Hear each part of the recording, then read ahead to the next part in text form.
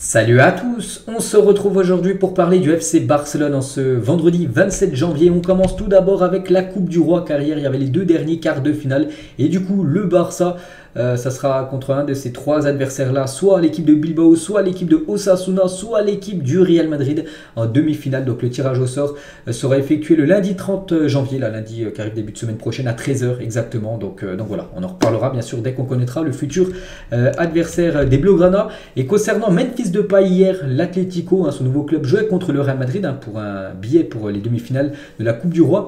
Et les fans de l'Atlético Madrid sont déçus de la performance de Memphis Depay et l'insulte sur les réseaux sociaux, le qualifiant de gros, lent et pas en forme. Donc voilà, des débuts compliqués on va dire pour Memphis Depay, déjà critiqué par les supporters des Colchoneros.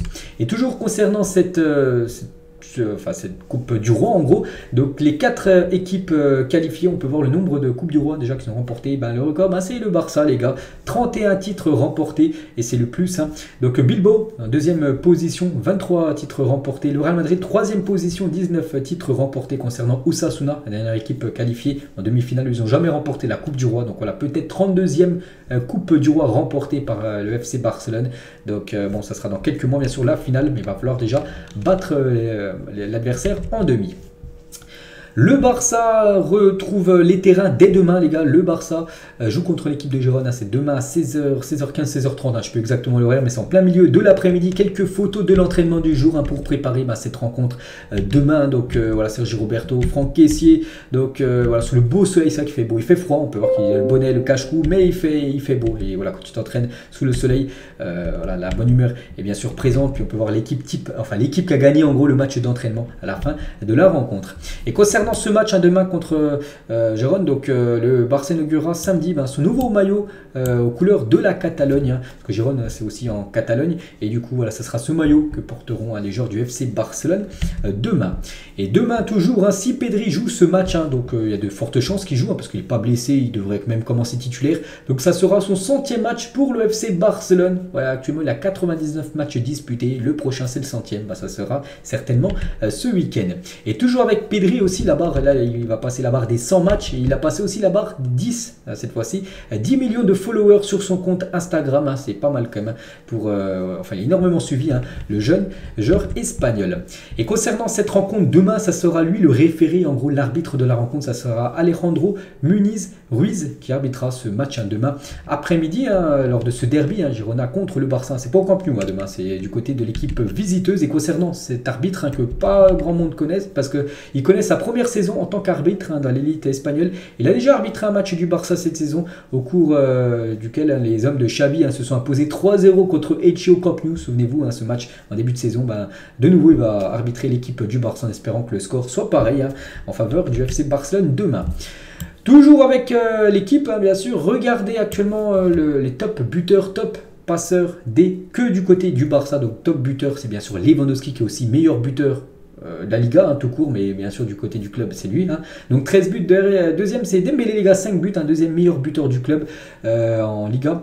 Pedri, Fati aussi, Rafinha ont marqué quelques buts, et meilleur passeur D c'est Dembélé, 5 passes D devant Lewandowski 4, ou même Fati, Rafinha, même Alejandro Balde, pas mal pour un défenseur gauche, lui aussi il est à 3 passes décisives.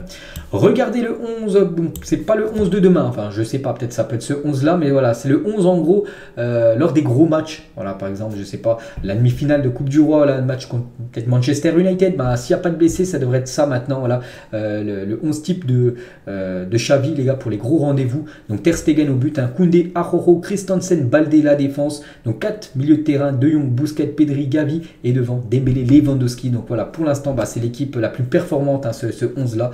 Puis on pourrait les revoir, je sais pas, peut-être demain ils commenceront titulaires, ou peut-être qu'il changera quelque chose, un autre format, un autre schéma de jeu contre l'équipe de Gérone. Et on a enfin une stabilité défensive grâce à ces trois hommes, donc Koundé, Araujo et aussi Christensen. Vraiment les trois sont énormes. On peut rajouter aussi Balde ou Alba qui sont toujours en ballottage pour savoir qui commence à être titulaire. C'est que la défense est très très bonne. Et il ne faut pas oublier aussi le gardien qui est énorme, Ter Stegen. Et Ernest Fulch, donc il a dit, Ter Stegen est un joueur qui définit à lui seul les titres de Barcelone. Il n'y a pas eu un match dans lequel il n'a pas fait un arrêt décisif cette année. Si nous pouvions reconnaître sa mauvaise forme auparavant, nous pouvons maintenant dire le le contraire, hein. Les titres de la Liga sont remportés avec de grands gardiens. Et actuellement, c'est un très grand gardien, le meilleur gardien actuellement de la Liga. Hein, cette saison, il n'y a rien à dire. Il a pris seulement 6 buts après 17 matchs. Voilà, énormément de clean sheet, hein, je crois 13 clean sheet. Donc, qui continue comme ça. Énorme début de saison pour Marc-André Ter Stegen.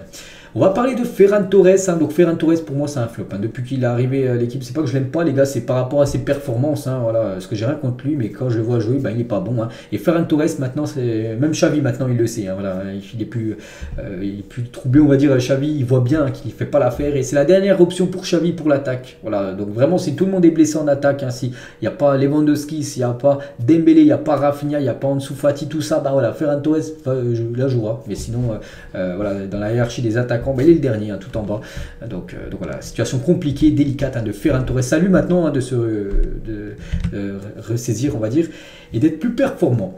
Ousmane Man of the match, hein, bien sûr, on revient sur Dembélé par rapport à son énorme match avant-hier, hein, et il fait la une aujourd'hui des journaux catalans. Donc Mundo Deportivo, plan Dembélé, et la une Journal Sport, hein, rénovation urgente en parlant de Dembélé. Voilà, ça parle de Ousmane Dembélé. N'oubliez pas qu'il est en fin de contrat en juin 2024 à l'année prochaine, et en gros le Barça veut déjà le prolonger, hein. Donc Barcelone commence à travailler sur le renouvellement de Dembélé en février. Le joueur souhaite rester au-delà de 2024, hein, j'ai dit c'est la fin de son contrat, mais demandera une augmentation de salaire. Il a déjà demandé une augmentation de salaire, souvenez-vous, lors du dernier contrat qu'il avait signé. Ça a été refusé par le club, mais c'est vrai que s'il est ultra bon, hein, parce que là il est quand même un joueur très très important, et ce serait peut-être mérité quand même qu'il augmente un petit peu son salaire. Après, ouais, il ne faut pas non plus qu'il demande des salaires complètement fous, mais voilà, il demanderait une augmentation de salaire si bien sûr le Barça venait à le prolonger, et le Barça devrait le prolonger bien sûr, hein, par rapport à ses performances actuelles, hein. Et toujours avec lui, hein, donc Dembélé est satisfait de la croissance qu'il a eue dans l'équipe, hein, de l'amour qu'il reçoit de la part des supporters, et complètement adapté à la vie de Barcelone. Il ne pense qu'à renouveler avec le Barça, mais demandera bien sûr d'augmenter son salaire, hein. Et le secret de l'amélioration de Dembélé a été l'entraînement tactique intense que Xavi a mis en place. Le joueur passe des heures avec le staff technique à regarder des vidéos pour améliorer sa prise de décision et sa passe finale, hein, pour avoir le geste juste, hein, lors du moment clé, on va dire, hein. Et voilà, hein, ce que peut dire bien sûr le Barça concernant Dembélé, hein, que voilà, il pourrait peut-être prolonger au club. Et Xavi, lors de l'une de ses premières rencontres avec Ousmane Dembélé, quand il est arrivé en tant que coach, il a dit il faut arrêter d'être un joueur des temps forts, en gros être un joueur seulement lors des par séquence, en gros, et être performant tout au long du match, hein, parce qu'il lui avait dit il faut arrêter ça, il faut vraiment que tu sois bon de la première jusqu'à la 90e minute, et il s'est vraiment amélioré sur ça bien sûr, Ousmane Dembélé. Toujours avec Dembélé, donc Mikel San José, ancien joueur de Bilbao, il a dit, hein, donc le VAR est sélectif, hein, quelle blague, et c'est un rouge clair, hein, donc Brest, un joueur de la Real Sociedad qui a pris un rouge, hein, sur la faute, hein, sur Sergio Busquets, reçoit un carton rouge, mais pas Dembélé, c'est vrai qu'il n'a pas non plus tort, hein. C'était lors du match Barça-Retafe, je crois, où Dembélé fait la même faute, hein, voilà, une faute, et il a pris, je crois, carton jaune Dembélé, alors que le joueur de la Real Sociedad, là, il a pris carton rouge. C'est vrai que Dembélé aurait dû prendre un rouge, hein, sur cette action, hein, parce que s'il y a rouge sur la Real Sociedad, il y avait rouge pour Dembélé contre Retafe, donc voilà, il faut être juste des fois. Bon, l'arbitre n'a pas mis rouge, donc voilà, c'est comme ça, c'est l'arbitre qui décide. Vitor Roque, donc jeune joueur brésilien qui pourrait arriver du côté du Barça, mais avec le Barça Athletic, l'équipe B, hein, n'a pas l'intention d'engager son avenir dans un club en ce marché hivernal. Il ne veut que le Barça et est prêt à attendre le club jusqu'à l'été prochain en raison de sa situation difficile avec le fair play financier. Voilà la situation actuellement du jeune Vitor Roque. On parle aussi de Cancelo, hein, le défenseur droit du côté de Manchester City. Voilà, chercher son club, hein. Le staff sportif du Barça sait que Cancelo est un arrière droit de haut niveau, mais il est peu probable, hein, qu'il puisse partir facilement, car Manchester City demanderait environ 70 millions d'euros pour lâcher son joueur. En plus, c'est un défenseur, ça ferait cher, hein, mais bon, voilà, c'est ça qu'il est performant. Même ainsi, Barcelone garde un œil sur l'avenir du Portugais, même s'il est très très cher. Le Barça quand même continue à le suivre, hein, le joueur, le latéral Cancelo. Le Barça est intéressé par Kamada aussi, c'est un joueur de l'équipe de Francfort, hein, qui avait battu, souvenez-vous, le Barça la saison dernière en Europa League. En plus, je crois qu'il avait joué, et le Barça a toujours un œil aussi attentif, hein, concernant ce joueur. Concernant Sergio Dest, qui appartient au Barça, prêté à l'équipe de l'AC Milan. Donc le Barça craint que Sergio Dest ne revienne à la fin de la saison. Le joueur joue très peu de minutes, hein, du côté de Milan, je vais vous montrer juste après. Et le club italien n'a pas l'intention de déclencher l'option d'achat de Dest de 20 millions d'euros. Donc voilà son temps de jeu en gros. Donc il a joué seulement 8 matchs, hein, depuis le début de la saison, depuis août dernier, hein, c'est quand même peu. 2 fois seulement en tant que titulaire, sinon 6 entrées en cours de jeu.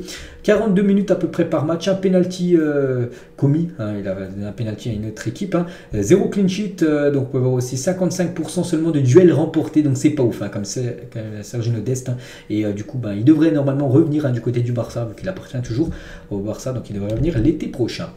Concernant Messi, le retour de Messi à Barcelone est impossible pour le moment, rien n'a changé hein, concernant Léo Messi hein, qui devrait rester, enfin je sais rien s'il restera ou non au PSG, mais voilà, concernant un retour à Barcelone pour l'instant, il n'y a pas de nouvelles en gros. Le Barça est très satisfait du prêt d'Abdé, les gars, Osasuna. N'oubliez pas qu'il est prêté, hein, ce genre Blaugrana. Et veut le garder pour la première équipe la saison prochaine, les Loups. Donc Osasuna s'intéresse au joueur. Mais le Barça ne le vendra que s'il reçoit une très bonne offre. Hein. Donc voilà, c'est une bonne offre financière. Donc voilà, il sera vendu. Sinon, il reviendra au club. Hein. Voilà, ce jeune joueur marocain. Angel Alarcón va renouveler son contrat avec le Barça. L'attaquant dont le contrat expire en juin prochain a accepté sa continuité. Il signera pour 2 ans encore avec du côté du Barça, soit jusqu'en juin 2025.